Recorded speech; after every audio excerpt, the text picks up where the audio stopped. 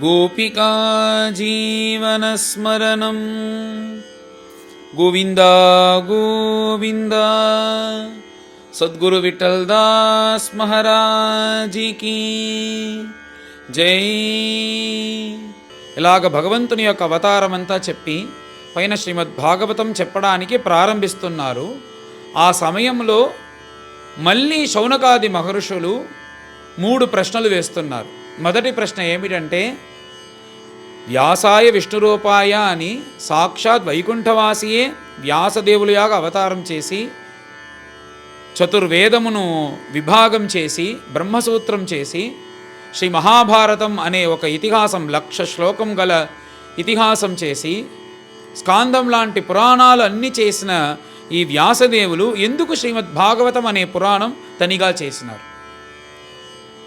బ్రహ్మైవరసహ అంటూ ఎప్పుడూ బ్రహ్మానుభవంలో ఉండే ఆ శుకదేవులు తన యొక్క అనుభవంని వదిలేసి తన తండ్రి అయిన వ్యాసదేవుల దగ్గర వచ్చి నమస్కారం చేసి ఈ భాగవతాన్ని ఎందుకు అధ్యయనం చేసినారు? ఇది రెండో ప్రశ్న. సాక్షాత్ బ్రాహ్మణుల్నే దైవంగా చూసే కుటుంబంలో పుట్టిన ఆ పరీక్షిత్తుకి ఎందుకు బ్రాహ్మణ శాపం వచ్చింది అంటూ ఈ 3 ప్రశ్నలు వేసిన వెంటనే పైన ఈ ప్రశ్నలకు సమాధానం చెప్పేలాగా సూత పౌరాణికులు ప్రారంభించారు. ఈ ద్వాపరయుగ చివరిలో పరాశరులకి వ్యాసదేవులు అనే మహాత్ములు అవతారం చేశారు. ఆయన వేద విభాగం చేసి బ్రహ్మసూత్రం చేసి మహాభారతం ఇవన్నీ చేసినా కానీ అతనికి మనస్సులో ఏదో ఒక కష్టం, మనస్సు ఇలా సమాధానంగా లేదే అంటూ ఆలోచిస్తూ ఇదేదో దైవ సంకల్పంగా ఉంది అంటూ ఆయన బాధతో ఉన్నారు. ఈ లోపల 2-3 కథలు కూడా లోపల ఉంది. ఆ దేవతల వల్ల ఆయన పరిభవం అయ్యేది, ఇలాంటి కథలన్నీ జరిగింది. ఆయన ఇది దైవ సంకల్పం అంటూ తన మనస్సు సమాధానం అవ్వటం లేదే అనుకుని తన యొక్క ఆశ్రమం సరస్వతీ నదీ తీరంలో ఉంది. ఇలా ఆశ్రమంలో కూర్చొని దిగులు పడుతూ కూర్చొని ఉన్నారు. ఇలా దిగులు పడుతూ కూర్చొనుండే వ్యాసదేవుల్ని చూసేదానికి నారద మహర్షి అక్కడికి వచ్చారు. ఆ నారద మహర్షిని చూసిన వెంటనే అర్ఘ్యపాద్య ఆచమనీయం అన్నీ ఇచ్చి ఆయన్ని కూర్చోపెట్టి పైన మాట్లాడేదానికి ప్రారంభించారు. ఇదే ఈ 4వ అధ్యాయం యొక్క కథ. అథ చతుర్థోऽధ్యాయః వ్యాసోవాచ ఇతి బ్రువాణం సంస్తూయ మునీనాం దీర్ఘసత్రిణాం వృద్ధః కులపతిః సూతం బహ్వృచః శౌనకో బ్రవీత్. శౌనకోవాచ సూత సూత మహాభాగా వదనో వదతాం వరా కథాం భాగవతీం పుణ్యాం యదాహ భగవాన్ ఛుకః కస్మిన్ యుగే ప్రవృత్తేయం స్థానే వా కేన హేతునా కుతః సంచోదితః కృష్ణః కృతవాన్ సంహితాం మునిః తస్య పుత్రో మహాయోగి సమదృంగ్నిర్వికల్పకః ఏకాంతమతిరున్నిద్రః గూఢో మూఢ ఇవేయతే దృష్ట్వానుయాంతం ఋషిం ఆత్మజమప్యనగ్నం దేవ్యో హ్రియా పరిదధుః న సుతస్య చిత్రం తద్వీక్ష్య పృచ్ఛతి మునౌ జగదుస్తవాస్తి స్త్రీపుంభిదా నతు సుతస్య వివిక్తదృష్టేః కథమాలక్షితః పౌరైః సంప్రాప్తః కురుజాంగలాన్ ఉన్మత్తమూకజడవత్ విచరన్ గజసాహ్వయే కథం వా పాండవేయస్య రాజర్షేః మునినా సహ సంవాదః సమభూత్తాత యత్రైషా సాత్వతీ శ్రుతిః స గోదోహనమాత్రం హి గృహేషు గృహమేధినాం अवेक्षते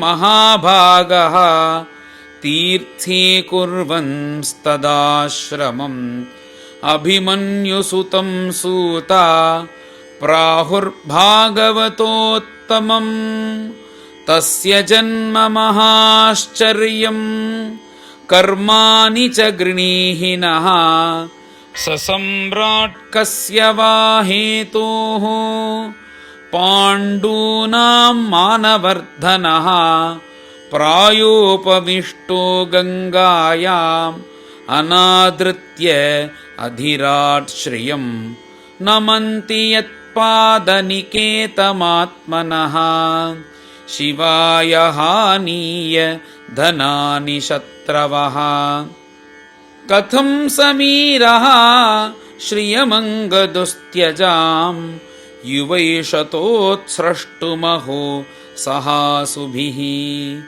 शिवाय लोकस्य भवाय भूतये य उत्तमश्लोकपरायणा जनाः जीवन्ति नात्मार्थमसौ पराश्रयम् मुमोच निर्विद्य कुतः कलेवरम् तत्सर्वं नः समाचक्ष्व पृष्टो यदिह किञ्चन मन्ये त्वां विषये वाचां स्नातमन्यत्र छान्दसात् सूत उवाच द्वापरे समनुप्राप्ते तृतीये युगपर्यये जातः पराशराद्योगी वासव्यां कलया हरेः स कदाचित् सरस्वत्या उपस्पृश्य जलं शुचि विविक्तदेश आसीनः उदिते रविमण्डले परावरज्ञः स ऋषिः कालेनाव्यक्तरंहसा युगधर्मं व्यतिकरम् प्राप्तं भुवि युगे युगे भौतिकानां च भावानां शक्तिह्रासं च तत्कृतम् अश्रद्धधानान्निस्सत्वात् दुर्मेधान् ह्रसितायुषः दुर्भगांश्च जनान् वीक्ष्य मुनिर्दिव्येन चक्षुषा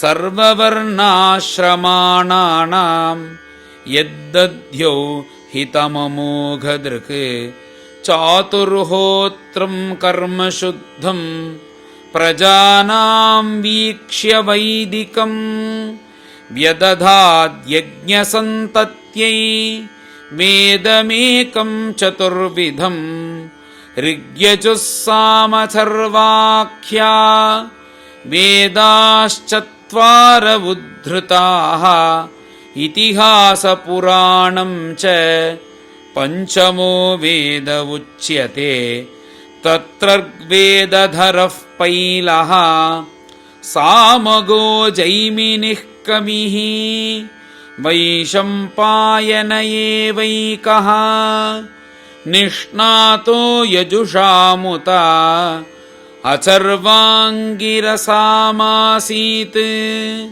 सुमन्तुः दारुणो मुनिः इतिहासपुराणानां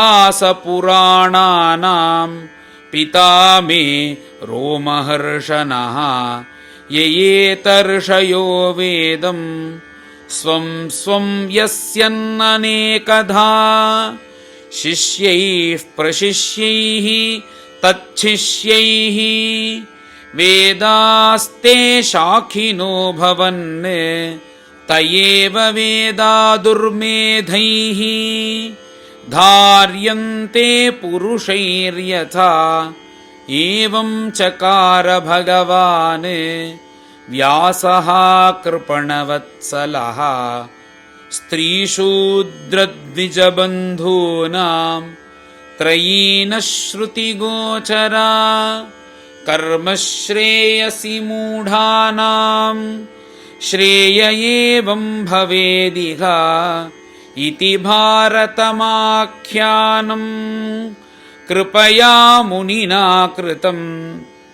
एवं प्रवृत्तस्य सदा भूतानां श्रेयसि द्विजाः सर्वात्मकेनापि यदा नातुष्यत् हृदयं ततः नातिप्रसीदद्धृदयः सरस्वत्यास्तटे शुचौ वितर्कयन् विविक्तस्थ इदं चोवाच धर्मवित् धृतौ व्रतेन हि मया छन्दांसि गुरवोऽग्नयः मानिता निर्व्यलीकेन गृहीतं चानुशासनम् भारतव्यपदेशेन